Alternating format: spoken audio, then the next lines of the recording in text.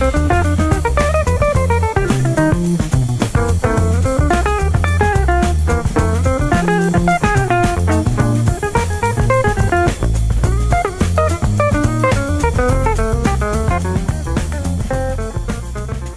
so we're picking up where we last left off with the shaper. And what I need to do is I need to start dunking some of these castings into the purple powder. It's been a while since we work on it because of the shop move and all the other stuff. So I'm going to get the castings, and what we're going to do is, because none of these castings will ever show a line, it doesn't matter if I put, a casting in and then flip it the next day or a couple hours later or whatever to remove that flash rusting. So that's what we're going to do. So these are going to be the first two candidates for dunking. So what I'm going to do is I'm going to just spill it out here.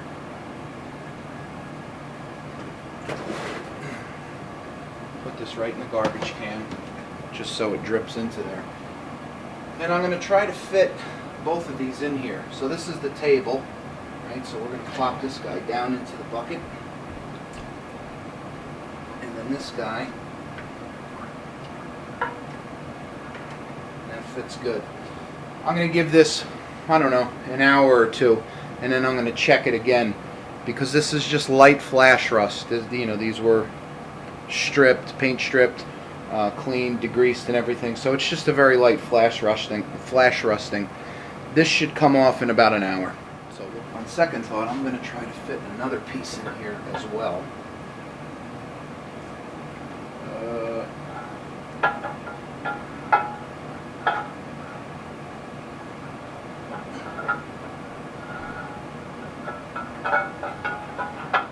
Well, 2 hours turned out to be about 5 to 10 minutes. I was doing some stuff and I came back, and curiosity, I decided to check it, and these parts are all derusted where they need to be. So let me get a towel and we're going to take them out, and well, one of them I'm going to take out and the other one I'm going to flip.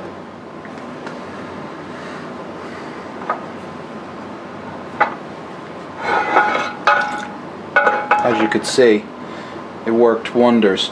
This is a rust spot. This is going to have to go back in a little bit, or I just might Scotch-Brite that off. But let me just put this guy out here.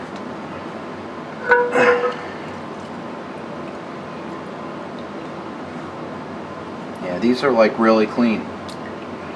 Alright, so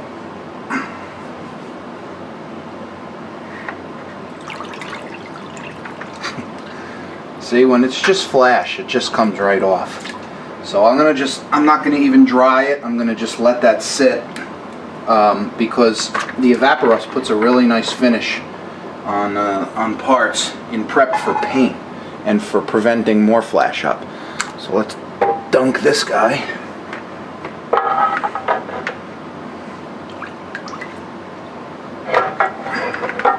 There, that's better.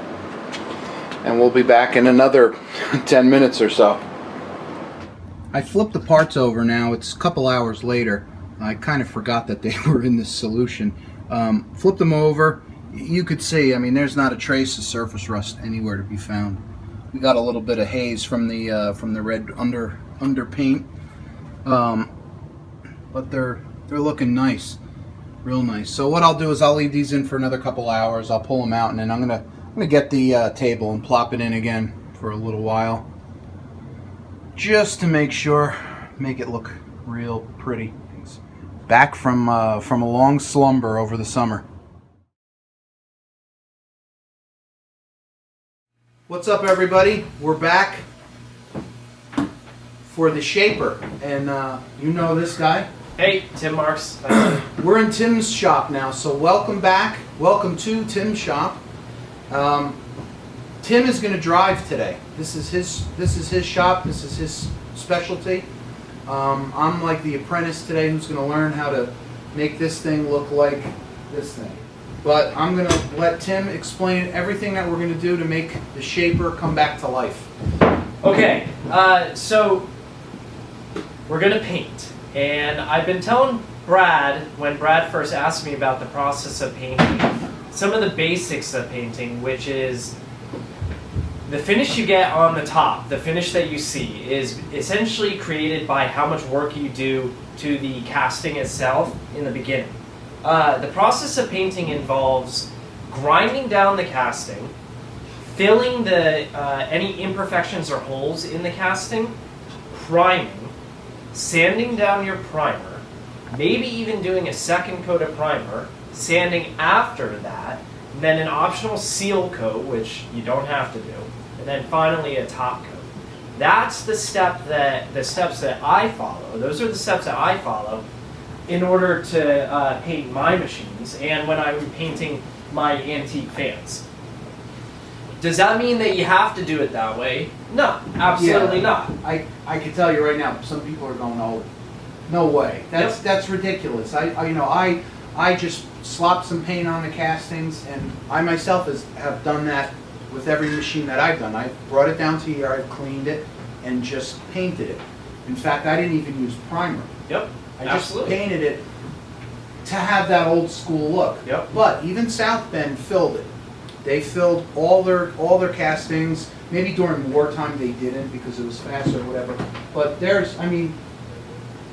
my 9 had just the gloss, the glassiness. Right. Albeit it was a crappy color, and I redid it. But so there was a lot of prep work that they also did too, or I should say filler. And the important thing to remember is that you absolutely do not have to do any of this. But we've been talking, and we've also been reading what people have posted, and also just from my personal experience reading this South Bend forum, Practical Machinists, and other forums within Practical Machinists and other forums in general on the web.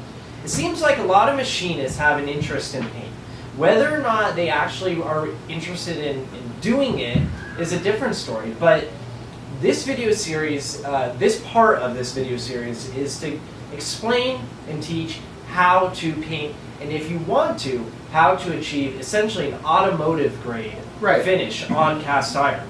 Now, the goal here is that you will know the steps required, but you don't necessarily have to follow each and every one.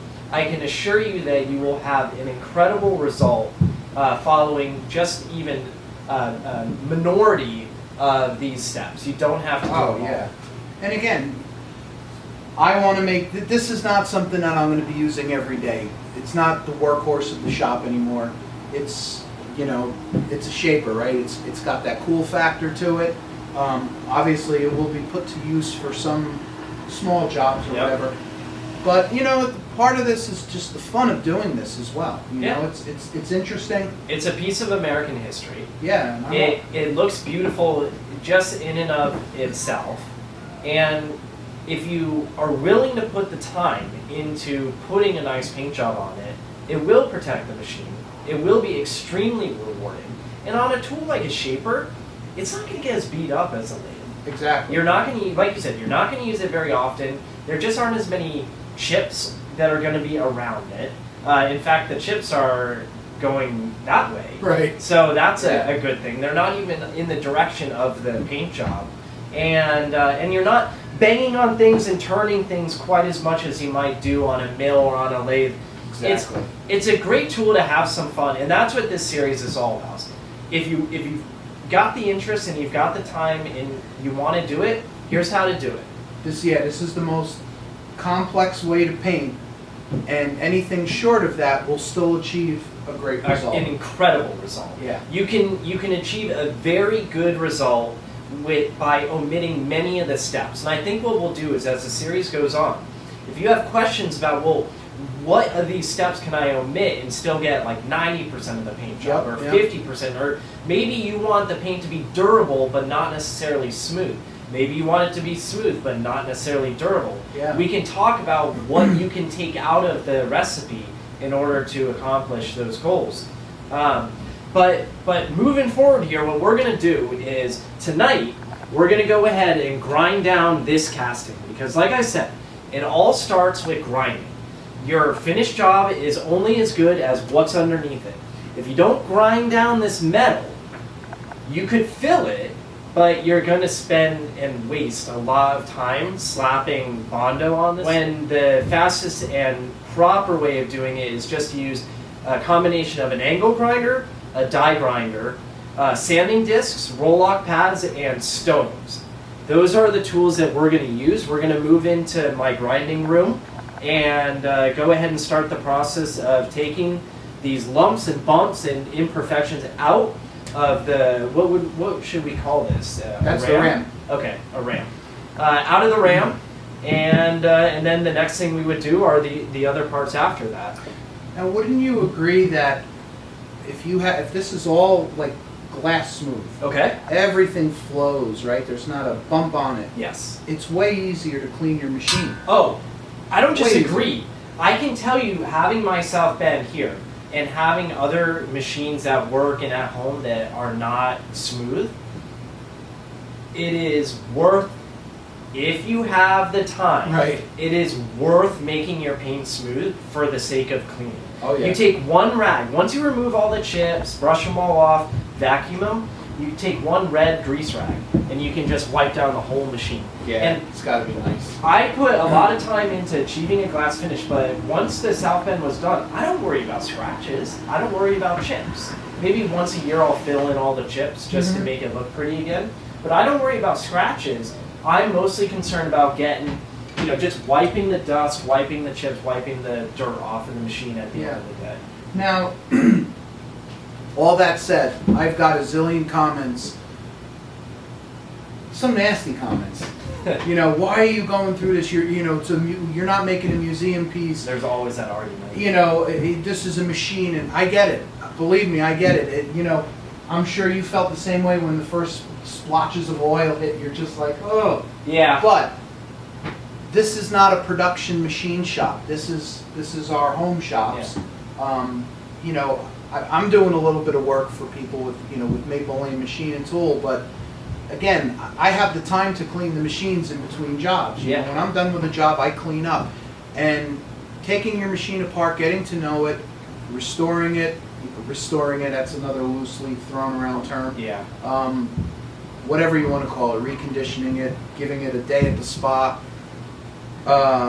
Once you go through all that process and you put in all that elbow grease and all that pride in that work, you kind of just want to keep it nice. And I won't apologize for, Absolutely not. For a nice clean machine, a nice clean shop, Yeah. any of that kind of stuff. And, and I'll add to that, some people just enjoy the process of painting. Exactly. Now, I may take it to an extreme, but I like painting. That's a hobby for me, just like machining. Paint a lot of different things. The antique fans, cabinets for my machine shop, whatever. I'll repaint it because I like changing the color. I like putting a nice finish on it. Yeah. Whatever my reasons are, other people share those interests, and there's nothing wrong with it. There aren't very many videos about how to do it, especially in the machine community. Yeah, so I think this is a great opportunity. Cool. Well, we're gonna get busy now, and I'm gonna learn a lot. I really am looking forward to seeing this process. So let's stop talking and get to work. Let's do it. So before we go into Tim's grinding room, I just wanted to give you a little bit of a peek at his lathe. I'm going to pick the camera up. We'll go handheld for a second here so you could see. So this is my 1943 South Bend Heavy 10. It's a 4-foot bed with a 60-inch bench, the tube frame bench, which I think is a really pretty style. I did not pick an original South Bend color when I selected the color. I picked a color that I would like. That was the priority. I put a VFD on the machine, and I had the bed reground, the saddle tercited and scraped into the bed. The cross slide is redone. The compound is redone. The tailstock is not redone.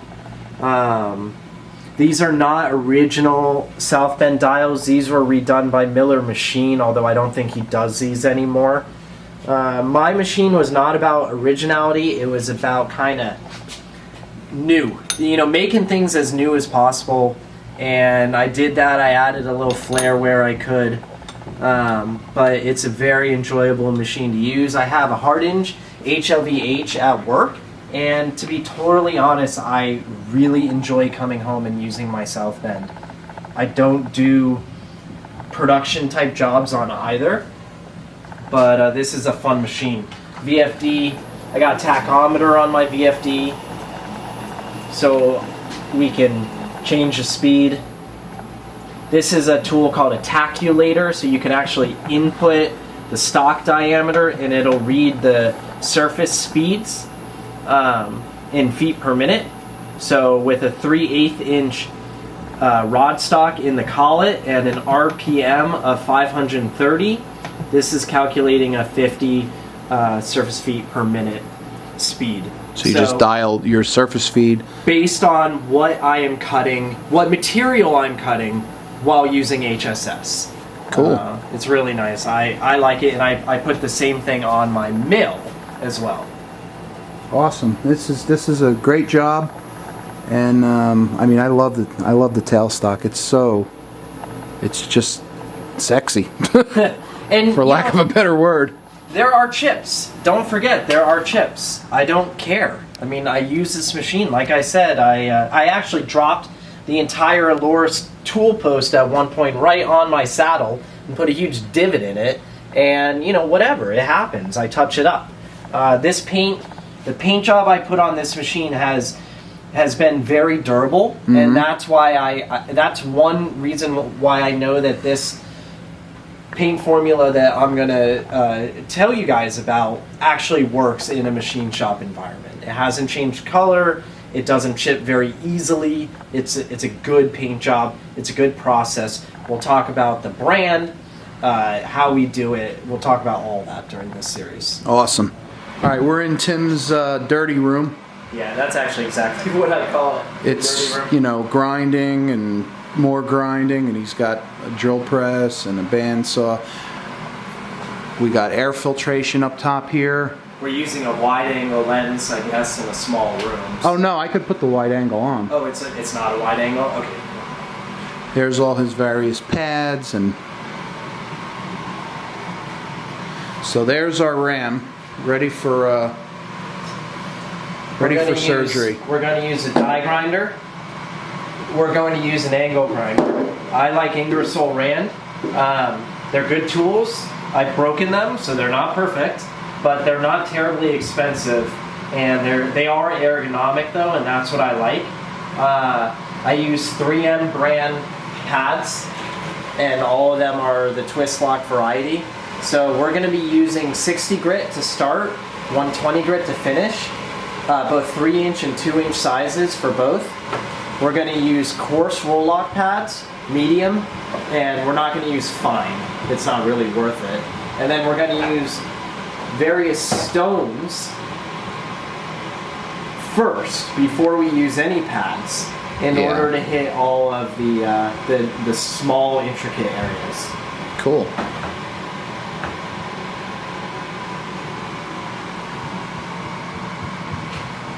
So Tim's got himself a cameraman today. You want to get started? Yeah. Okay, I'm going to turn the compressor on. All right, so Tim's going to... Here's your my respirator. mask. I will say this, it's going to get very loud, so sound quality, just watch. Don't worry about listening. We're going to start with some stones. The cone-shaped stones are the most useful because you can come in and hit flat surfaces and corners all at the same time. Proper safety equipment. Oh, my glasses. They're on your head. What would I do without them?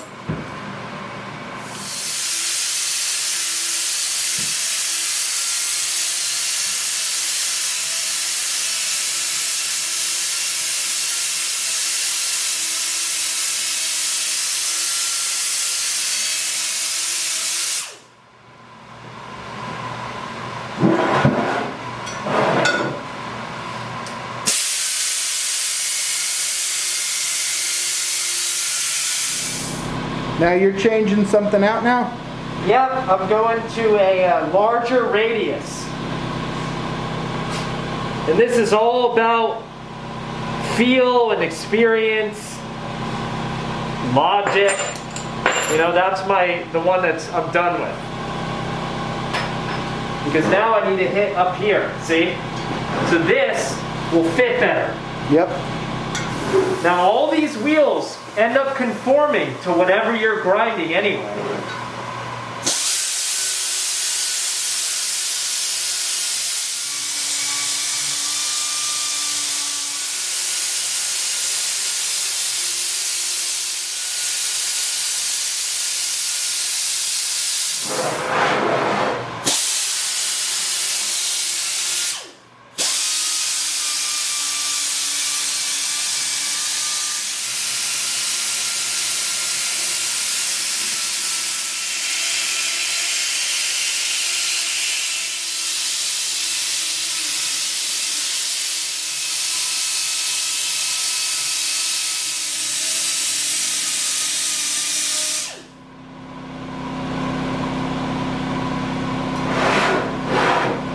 See how my tool is a totally new shape?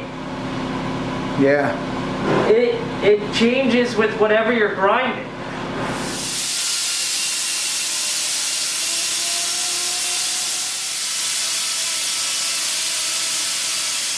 Okay, so now we're going to switch to our angle grinder. I use smaller pads on the back so that the wheel can flex. And I have apparently very sweaty eyes. Yeah, me too. Okay. Slow and steady with this.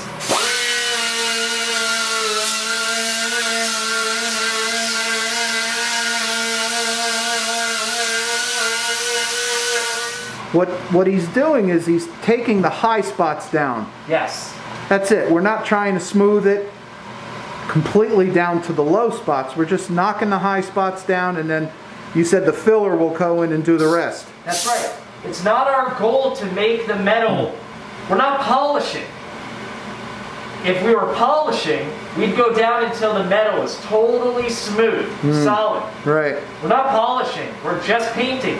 So the goal of grinding in the process of painting is to remove the high spots so that we can come in with filler to fill in the low spots. Right. Then we'll have a smooth surface, and painting is easy, and you don't even have to sand a whole lot when you do this.